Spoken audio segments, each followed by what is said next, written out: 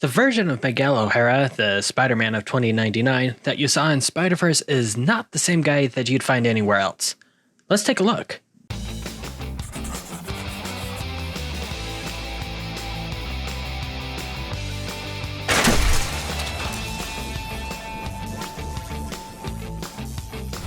Hey everyone, so I'm out traveling this week and I found a whole topic in that big ginormous huge Spider-Man 2099 deep dive that I'm working on that really could be its own video, because as I've been traveling, a lot of people were asking me very specifically if Miguel O'Hara 2099 Spider-Man is like the way he is in the movie in the comics. And the short answer is no.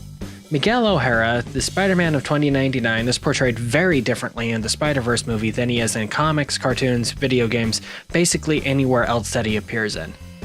Not to say I hated it, no, actually I really liked it. Across the Spider-Verse is a masterpiece, and the character that they built to be 2099 is exactly what he needed to be for that movie to work. But I've met a few people who take the movie as the actual story of the character, and that frankly would be a mistake. The backstory they present for Miguel doesn't appear anywhere else as far as I can tell. He uses like this future syringe thing that had this green goop in it, and that doesn't seem to appear anywhere. So it looks like whatever story they're telling with Miguel is unique to the movie version anyway.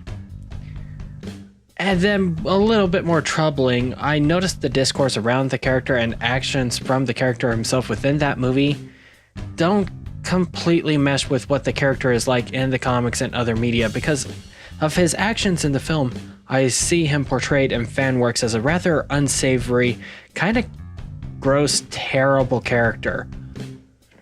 And that's really disappointing because I love Miguel O'Hara. I've loved Miguel O'Hara for a long time. So if you've seen Across the Spider-Verse and liked him in that movie, great. I did too. But it is worth setting the record straight. Just, if nothing else, than to make sure people understand exactly who this character is and where he's coming from. So let's look at the movie real quick. In the movie, Miguel is a stoic, no-nonsense character who leads the Spider Society, which is made up of various Spider-Men from across the multiverse. He's described as the vampire ninja Spider-Man, but he's a good guy, and is very clearly the antagonist to Miles in the movie, playing an obstacle that gets in Miles' way as far as like that character is concerned.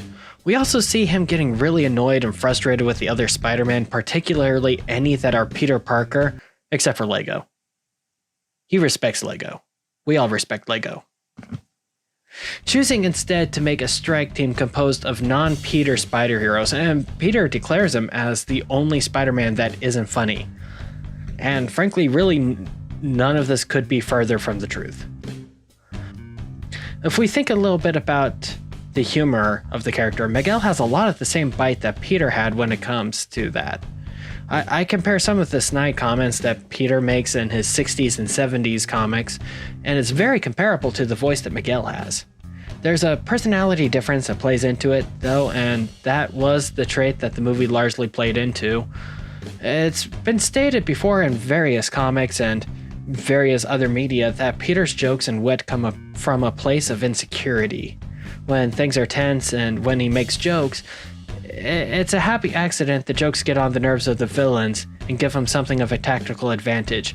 But Peter makes them because he's really scared out of his wits. Meanwhile, Miguel throws jokes in on purpose. He's learned that showing any amount of confidence, regardless of how true it is, gives him an advantage against villains. His jokes are tactical in that regard. When you see him fight, like he has that inner monologue where he's specifically talking about using jokes to kind of shake villains off of their position. He makes a lot less jokes. There's an issue where Miguel and Peter actually switch timelines, and people point out that Peter is a lot chattier than Miguel. But they are both very funny still. You still get the same kind of brand of Spider-Man humor from Miguel. And I think it's also worth noting, and this explains a lot of the difference between them, Miguel didn't become Spider-Man until he was much older, well into his career, whereas Peter got them in high school.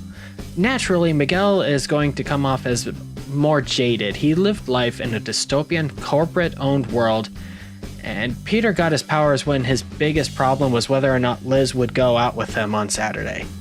Much smaller personal problems by comparison. Peter's always had a lot more hope and positive outlook than Miguel did because of that. And another thing worth mentioning, of all the characters that have taken the name Spider-Man, so far, I found Miguel respects the name and title more than any of them, even more than Peter, I'd argue. While Peter saw Spider-Man as much of a curse as a blessing, and Miles kind of picked it up as following in the footsteps of Peter and, went into that life kind of out of guilt, Miguel grew up with Spider-Man already being a legend. When he was first called Spider-Man by some religious zealots in his first story, Miguel was extremely reluctant to accept the idea. But once he warmed up to being Spider-Man, he treated the title with utmost respect, and anytime he interacted with Peter Parker, he was almost reverent about it. That's a respect that doesn't really come through in the movie, unfortunately. Now, one of the biggest elements of conflict in the movie is the conflict of interest between Miles and Miguel. Minor spoilers, but not really for Across the Spider-Verse. This is like the central argument of the movie. Miguel won't let Miles return home because that would give Miles an advantage to break a canon event.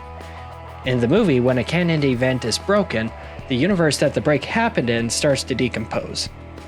Miguel's attitude about this in the movie is actually almost correct.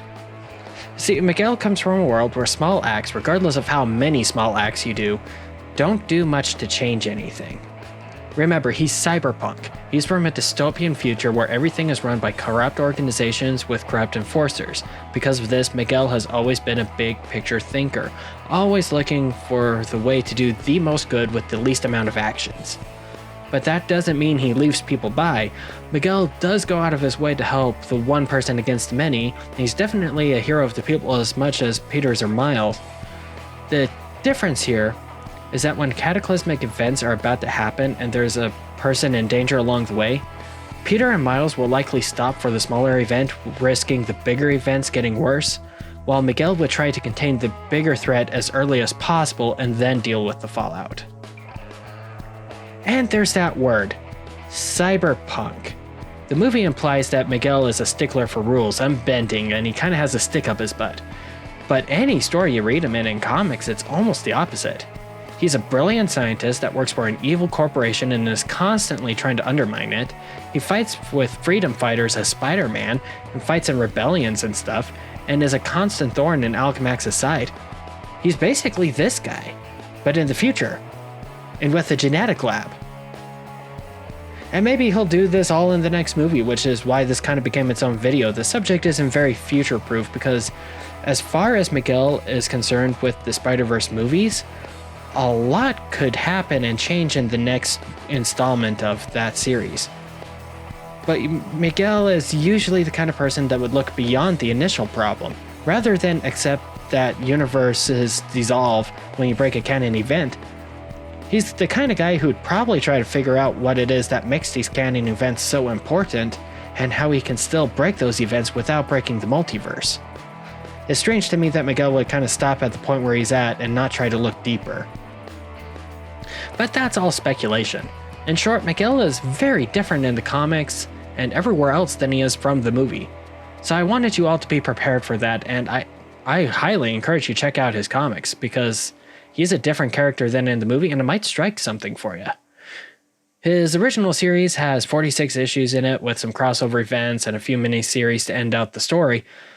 And there are a couple of restarts with the title, and he appears in most of the Spider-Man multiverse team-up books, so there's plenty to read there, as well as games like Shattered Dimension and Edge of Time that go a long way to presenting the character as he classically appears. So head to your local comic shop, ask the person at the counter, they can point you in the right direction. But anyway, that's what I have for you today. Thanks for watching and sharing. I'll link the big Spider-Man 2099 deep dive here when it's done.